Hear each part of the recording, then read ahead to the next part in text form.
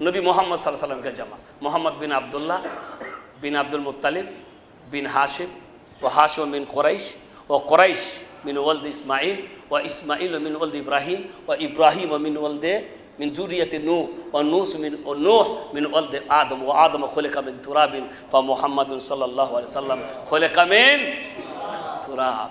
একবারে সিলসিলা চলে গেছে।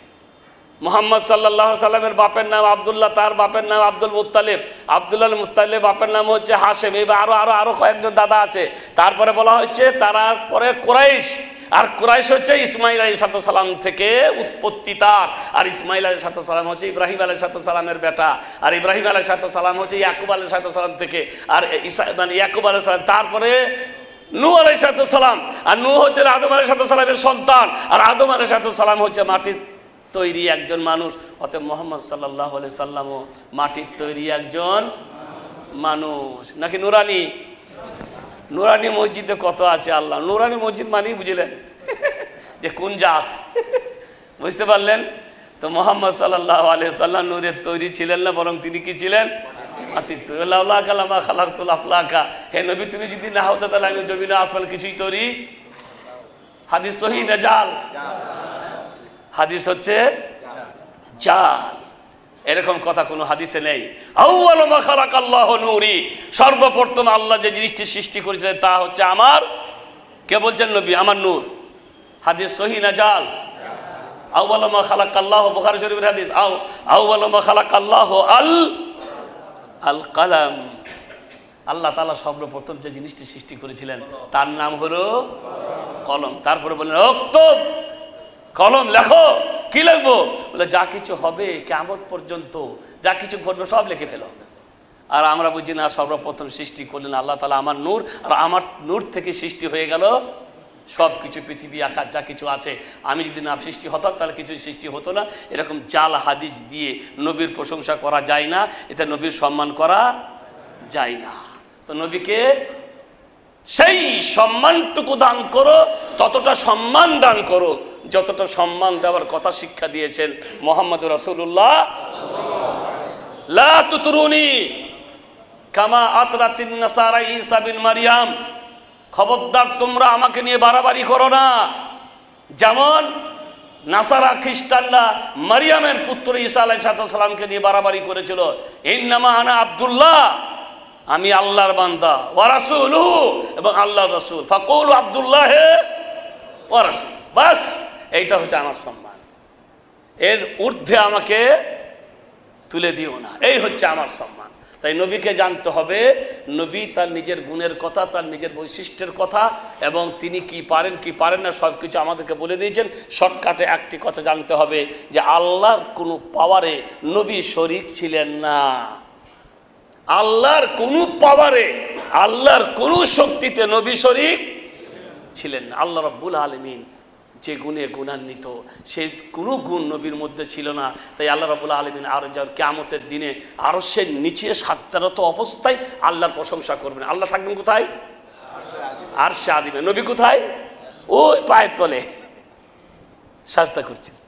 দেখেন অবস্থা, আরশে আযিমের নিচে সাজদারত অবস্থায় আল্লাহর নবী আল্লাহর প্রশংসা করবেন বেকালেমাতিন, এমন বাক্য দিয়ে যে বাক্যগুলি আল্লাহ তাআলা তখন তাকে শিখিয়ে দিবেন।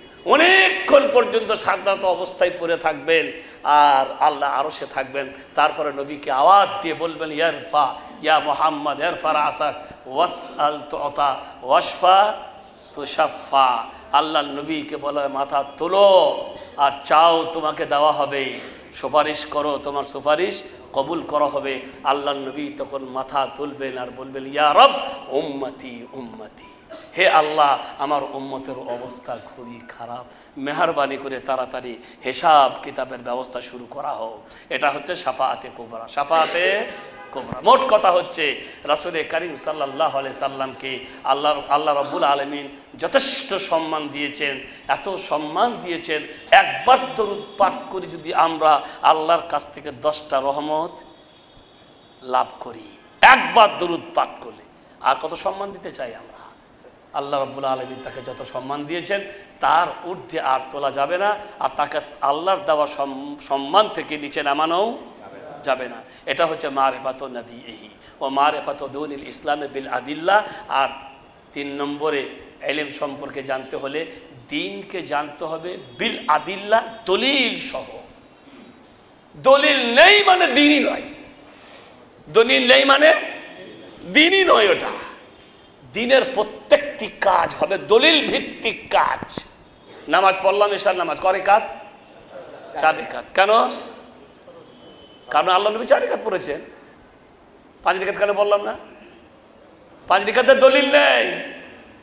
5 রাকাতের দিন দলিল ভিত্তিক জানতে হবে। 5 রাকাতের, অথচ 5 রাকাত যদি পড়তাম আর 1 রাকাত আবার সূরা ফাতিহা, আবার রুকু, আবার সাজদা, রুকুর দোয়া, সাজদার দোয়া, কতগুলা জিকির বাড়তো, কতগুলো আমল বাড়তো, কতগুলো জিকির বাড়তো, কিন্তু সব ফলস, বৃথা। পুরো নামাজটাই বাতিল হয়ে যেত। কারণ এমন নির্দেশ শরীয়তে নেই যে আমরা কোনো কিছু কম বেশি করতে পারবো। দলিল সহ দিনকে জানতে হবে, দলিল সহ। দিনের দলিল যেটা যে কাজের নেই সে কাজ করা যাবে না। এর নাম হচ্ছে আল ইলম, এর নাম হচ্ছে আর এই ইলমের মান আল্লাহ অনেক দিয়েছেন, যা হাদিসের কিতাবে আছে। ছাত্রর এখানে আছে বলে শুধু একটা হাদিস আমি বলবো, যেখানে ইলমের মানের কথা বলেছেন রাসূল করিম সাল্লাল্লাহু আলাইহি ওয়াসাল্লাম। সেই সাথে ছাত্রদেরকে এটাও নসিহত করব যে মতুন হাদিসের শব্দ মাতান, যেগুলা হাদিস মুখস্থ রাখার চেষ্টা করতে হবে, খুব জরুরি জিনিস। যখনই কোনো জায়গায় কোনো কথা বলবো তখন হাদিসের মতনটা যেন পড়ে শোনাতে পারি। এতে মানুষের মধ্যে গ্রহণীয়তা আসে, বিশ্বস্ততা আসে, যে কথাটা নবীর কথা ঠিক ওই কথাটা হুবাহুব আমি বলতে কি করব চেষ্টা। অনেকে আছে যে হাদিসটা বলে না, শুধু হাদিসের তর্জমাটা কি করে বলে দেয়। ছাত্ররা অনেক আছে বলে ছাত্রদের জন্য আমি এটা বলছি যে মতুন মুখস্থ করতে কি করতে হবে, চেষ্টা করতে হবে। সৌদি আরবের মাশায়েখ যারা বড় বড় পণ্ডিত, তাদের বিশেষ গুণ হচ্ছে যে তারা প্রত্যেক কিতাবের মতুন ওই মুখস্থ রাখে। হাদিসের অনেক হাদিস, কোরআন তো হাফেজ বসে, মানে সৌদি আরবের কোনো এমন বড় শেখকে পাওয়া যাবে না যে কোরআনের হাফেজ নয়, এ হতেই পারে না। আর আমরা হচ্ছে এমন আলেম যে কোরআন মুখস্থ নেই, যার কারণে আয়াত পড়তে গেলে ভুল হয়ে যায়। বুঝতে পারলেন? একটা কিছু বলতে চাইবো, সেই আয়াতটা খুঁজেই পাচ্ছি না। তা কোরআন মুখস্থ না থাকা আলেমদের জন্য একটা বিরাট ঘাটতি। তাই যে ভাইরা কোরআন মুখস্থ করছেন খুব ভালো কথা, আর যারা করছেন না অন্য লাইনে পড়ছেন তারাও চেষ্টা করেন ফাঁকে একটা সময় বাই করে কোরআনটা কী করব, মুখস্থ করতে হবে। মদিনা বিশ্ববিদ্যালয়ে গেলে কিন্তু 10-12 তো মুখস্থ করতেই হবে, এটা তো কম্পালসারি। তার আগে আপনি কিছু মুখস্থ করে যান। কোরআন মুখস্থের সাথে একজন আলেম যদি সত্যি আলেম হয় তাহলে সে অনেক কিছু লাভ করতে পারবে, তা নাহলে বিরাট একটা ঘাটতি রয়ে যাবে। তাই ইলমের ফজিলতের ব্যাপারে রাসূল করিম সাল্লাল্লাহু আলাইহি ওয়াসাল্লামের একটা হাদিস শোনাই। আল্লাহ নবী বলছেন, মান নাফাসা আন মুমিনিন কুরবাতান মিন কুরাবিদ দুনিয়া নাফাসাল্লাহু আনহু কুরবাতান মিন কুরাবি ইয়াউমিল কিয়ামাহ ওয়া মান ইয়াসসারা আলা মুসলিমিন ইয়াসসারাল্লাহু আলাইহি ফিদ দুনিয়া ওয়াল আখিরাহ ওয়া মান সাতারা মুসলিমান সাতারাল্লাহু আলাইহি ফিদ দুনিয়া ওয়াল আখিরাহ ওয়া মা কানাল আবদু ওয়াল্লাহু ফি আউনিল আবদ মা কানাল আবদু ফি আউনি আখিহি ওয়াল্লাহু ফি আউনিল আবদি মা কানাল আবদু ফি আউনি আখি ওমান সালাকা তারিকান ইয়ালতামিসু ফিহি ইলমান সাহালাল্লাহু বিহি তারিকান ইলাল জান্নাহ ওমান বাত্তা বিহি আমালুহু লাম ইউসরি বিহি নাসাবুহু রাওয়াহু মুসলিম। রাসূল করিম সাল্লাল্লাহু আলাইহি ওয়াসাল্লাম বলছেন, যে কোনো মুমিন মুসলমানের কষ্ট দূর করে দিবে আল্লাহ তাআলা কিয়ামতের কষ্ট তার থেকে কি করে দিবেন, দূর করে দিবেন। যে কোনো পীড়িত ব্যক্তির পীড়ন সহজ করে দিবেন, সংকীর্ণতায় পতিত ব্যক্তিকে উদ্ধার করবেন, তার সংকীর্ণতা দূর করে দিবেন। মহান আল্লাহ রাব্বুল আলামিন কিয়ামতের দিনের সংকীর্ণতাকে তার থেকে কি করবেন, তার থেকে দূর করে দিবেন। ওমান সাতারা মুসলিমান, আর যে ব্যক্তি কোনো মুসলিমের দোষকে গোপন করবে আল্লাহ রাব্বুল আলামিন কিয়ামতের দিনে তার দোষকে গোপনে রাখবেন।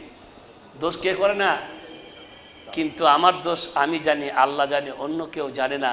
আল্লাহ কিন্তু গোপন করে রেখেছেন। আমি আলেম হাশেম মাদানি পিস টিভির বক্তা, কত ভালো বাসছেন আপনারা, কিন্তু জানি না কত দোষ করে আছি। আমি কিন্তু জানি, আমি করেছি তা বলছি না, কিন্তু আমি তো জানি আসলে আমি কেমন মানুষ, আল্লাহ জানেন। কিন্তু হয়তো আল্লাহ আমারটা কী করে রেখেছেন, যদি আমার দোষটা আপনাদেরকে বলে দিতেন তাহলে আমাকে সম্মানের সাথে এখানে রাখতেন না, বলতে মিয়া এরকম কাজ করে। আল্লাহ তাআলা গোপন করে রেখেছেন, কালকে কিয়ামতের মাঠেও গোপন করে রাখবে। যদি মুসলিমদের দোষকে আপনি কি করেন, গোপন করেন, দোষ গোপন করতে হয়। এখন প্রশ্ন আসতে পারে, এখন চোর চুরি করলো ওকে গোপন করবো না ধরিয়ে দেবো, ওটা তো দোষ। তো মোট কথা হচ্ছে, চোরকে যদি আপনি সংশোধন করতে পারেন বলে কয়ে, তা ভালো কথা, আর তা না হলে সমাজের একটা বিরাট ক্ষতি হবে। তবে সমাজকে ক্ষতি থেকে বাঁচানোর জন্য ব্যবস্থা গ্রহণ করতে হবে, একটা বিশাল সমাজকে বাঁচাতে হবে। বাকি থাকছে যে দোষটা বলে কোনো লাভ নেই, মানে যে দোষটা আপনি বললেন কিন্তু কোনো লাভ হবে না, শোনানোই শুধু হবে, গীবতি করা হবে, তাকে সংশোধন করা হবে না, বরং গীবতি করা হবে। এরকম দোষ না বলে চুপ থাকাই ভালো। তো মোট কথা, মান সাতারা মুসলিমান সাতারাহুল্লাহ দুনিয়া ওয়াল আখিরা, আল্লাহ দুনিয়া এবং আখিরাতে তার দোষকে গোপন করবে। মানুষ যতক্ষণ পর্যন্ত, আল্লাহ ততক্ষণ পর্যন্ত বান্দার সহযোগিতা করবেন যতক্ষণ পর্যন্ত বান্দা তার কোনো ভাইয়ের কি করবে, সহযোগিতা করবে।